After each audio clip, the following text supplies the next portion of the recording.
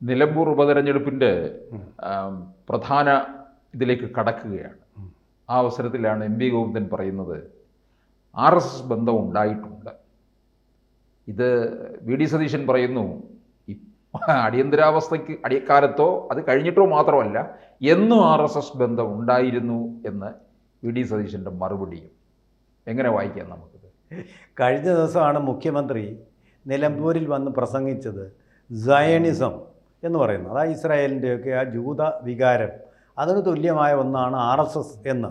വെള്ള പൂശാൻ പറഞ്ഞതാണോ, ഇനി കാവ്യ പൂശാൻ പറഞ്ഞതാണോ, ഇനി ചുവപ്പ് പൂശാൻ പറഞ്ഞതാണോ എന്നൊന്നും അറിയില്ല.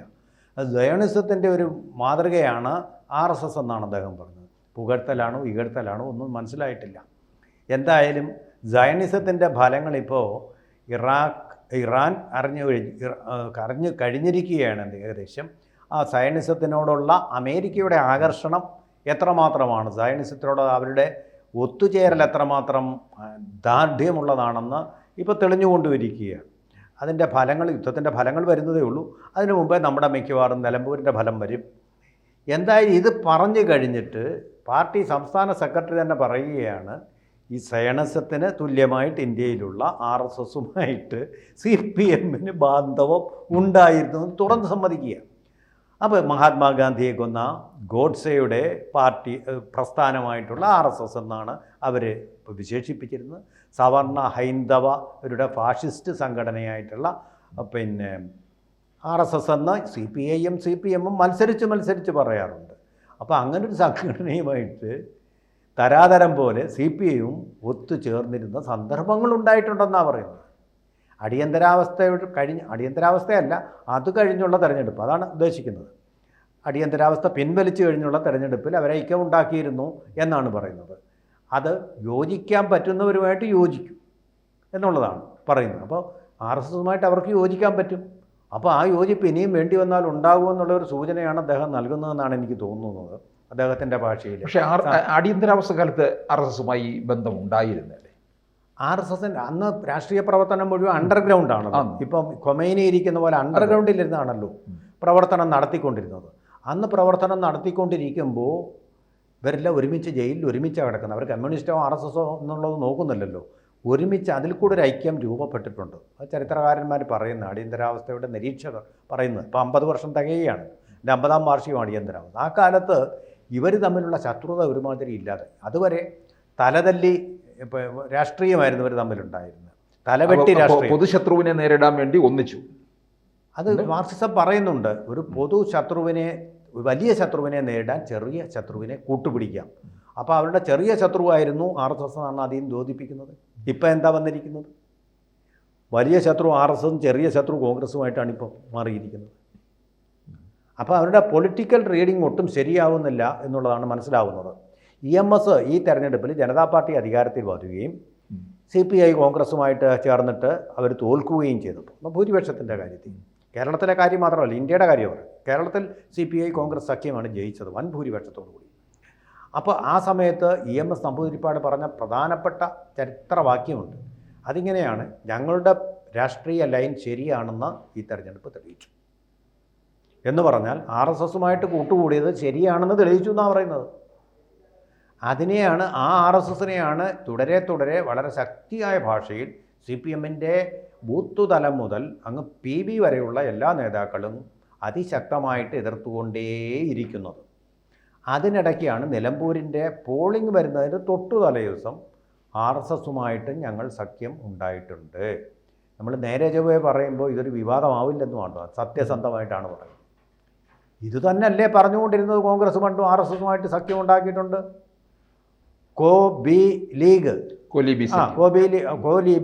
കോലീബി സഖ്യം ഉണ്ടായിരുന്നെന്ന് പറയുമ്പോൾ തന്നെ അവർ ബേപ്പൂരായിരുന്നു.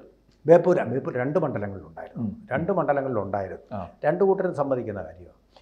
CPMനെ പരാജയപ്പെടുത്താൻ വേണ്ടി ആ കോബി ലീഗ് സഖ്യം എന്ന് CPM പറയുമ്പോൾ തന്നെ അവർക്ക് RSSുമായിട്ട് സഖ്യമുണ്ടെന്ന് തുറന്ന് സമ്മതിക്കുകയാണ് MV ഗോവിന്ദൻ. നമ്മൾ കണ്ടതാണ്. അവരെല്ലാം ഒരേ സ്റ്റേജിൽ നിൽക്കുന്ന പടം എത്ര തവണ ആവർത്തിച്ചതാണ്. EMS നമ്പൂതിരിപ്പാടും അതുപോലെ തന്നെ KG മാരാരും LK അദ്വാനിയും O രാജോട്ടനും എല്ലാം കൂടെ ചേർന്ന് നിൽക്കുന്ന പടം അത് വർഷങ്ങൾക്ക് മുമ്പ് ധാരാളമായിട്ട് വന്നതാണ്, ഒരേ സ്റ്റേജിൽ നിൽക്കുക. പക്ഷേ ഇവിടെ പറയുന്നതിലൊരു പോയിൻ്റ് ഉണ്ട് കേട്ടോ. എം വി ഗോവിന്ദൻ പറയുന്നത്, ഞങ്ങൾ സന്ദർഭത്തിനനുസരിച്ചുള്ള ഒരു സന്ദർഭം അനുസരിച്ച് യോജിക്കേണ്ടവരുമായിട്ട് യോജിച്ച് ഫൈറ്റ് ചെയ്തിട്ടുണ്ട്, പക്ഷേ ഞങ്ങൾ സഖ്യം ഉണ്ടാക്കിയിട്ടില്ല. അതൊരു പോയിൻ്റാണ്, ഇത് സ്കോറിങ്ങാണ്. അതായത് ഇപ്പോൾ സംഭവിച്ചിരിക്കുന്നത്, ജമാഅത്തെ ഇസ്ലാമിയുടെ രാഷ്ട്രീയ സംഘടനയെ UDF ചേർത്തിട്ടുണ്ടെന്നാണ് അവരെ അവകാശപ്പെടുന്നത്, സതീശനല്ല. അവർക്ക് പ്രത്യേക പദവി കൊടുത്തിട്ടുണ്ട് എന്ന് പറഞ്ഞാൽ അൻവറിന് കൊടുക്കാതിരുന്ന പദവി. പക്ഷേ ഗോവിന്ദൻ പറയുന്നുണ്ട്, ജമാഅത്തെ ഇസ്ലാമിയും ചില സമയങ്ങളിൽ ഞങ്ങൾക്ക് പിന്തുണ തന്നിട്ടുണ്ട്. പഞ്ചായത്ത് തെരഞ്ഞെടുപ്പിൽ ഉണ്ടായിരുന്നല്ലോ, അവരുടെ സംഘടന പിന്തുണ കൊടുത്തിരുന്നു. ഈ ജമാഅത്തെ ഇസ്ലാമി തന്നെയാണ് ഇറാനിലുള്ളത്. അതായത് മതരാഷ്ട്രം, അവരുടെ രാഷ്ട്രം, ദൈവത്തിൻ്റെ ആജ്ഞകൾ, ഡെമോക്രസി വേണ്ട, മതേതരത്വം വേണ്ട, ദൈവത്തിൻ്റെ ആജ്ഞപ്രകാരം ഒരു പുരോഹിതന്മാരില്ലെന്നാണ് പറയുന്നത്. പിന്നെ ഈ ഖൊമൈനി എന്താണ്? പുരോഹിതൻ തന്നെയാണ്.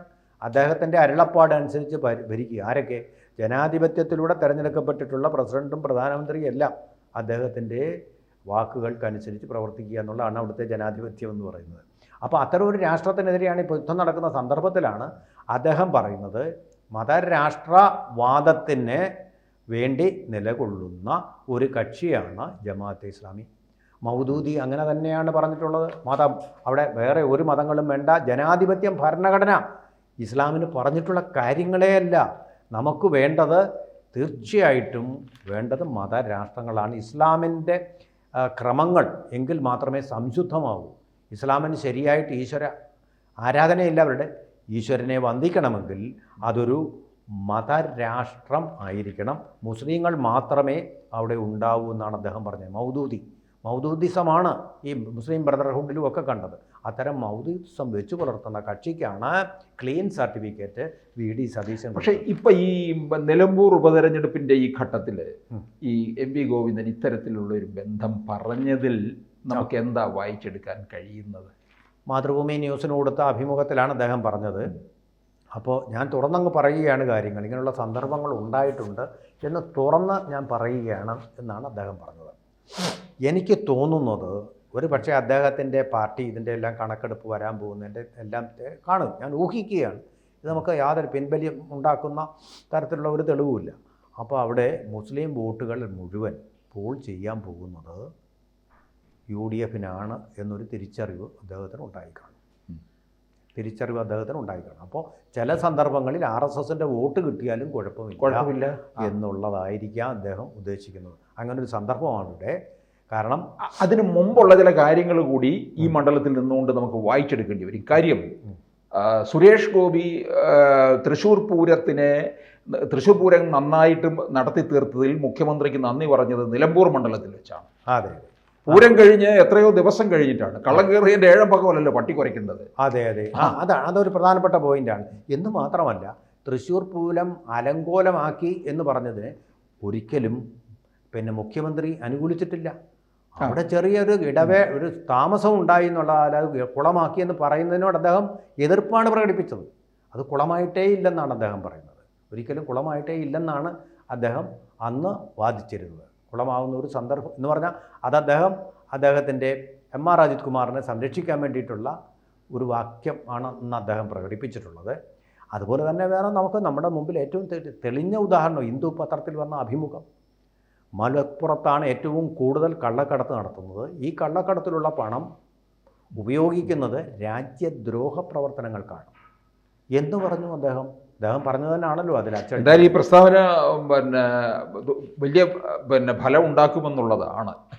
തീർച്ചയായിട്ടും അതൊരു വെറുതെ ആയിരിക്കാൻ വഴിയല്ലോ. ഇവരൊക്കെ ആലോചിച്ചും പഠിച്ചും പറയുന്നത് തരം പോലെ ഗോവിന്ദൻ മാഷാണെങ്കിൽ തരം പോലെ ആഖ്യാനിച്ചുകൊണ്ട് ഇതിനെയൊക്കെ നിഷേധിക്കാൻ കഴിവുള്ള ആള് തന്നെ ഇവിടെ ഒരു കുമ്പസാരം നടത്തുക. ഇത് അങ്ങനെ ചോദിച്ച് അദ്ദേഹത്തെ ഒരു ട്രാപ്പിലാക്കാൻ നമുക്കൊരിക്കലും പറ്റില്ല.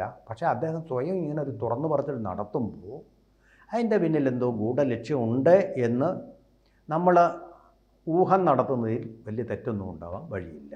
അങ്ങനെ ഒരു ഉദ്ദേശം ഇതിൻ്റെ പിന്നിലുണ്ട് എന്ന് വേണം നമുക്ക് മനസ്സിലാക്കാൻ. കൂടുതൽ വാർത്തകളും വിശേഷങ്ങളും നിങ്ങളിലേക്ക് എത്താൻ ABC മലയാളം സബ്സ്ക്രൈബ് ചെയ്യുക, ബെൽ ബട്ടണും അമർത്തുക.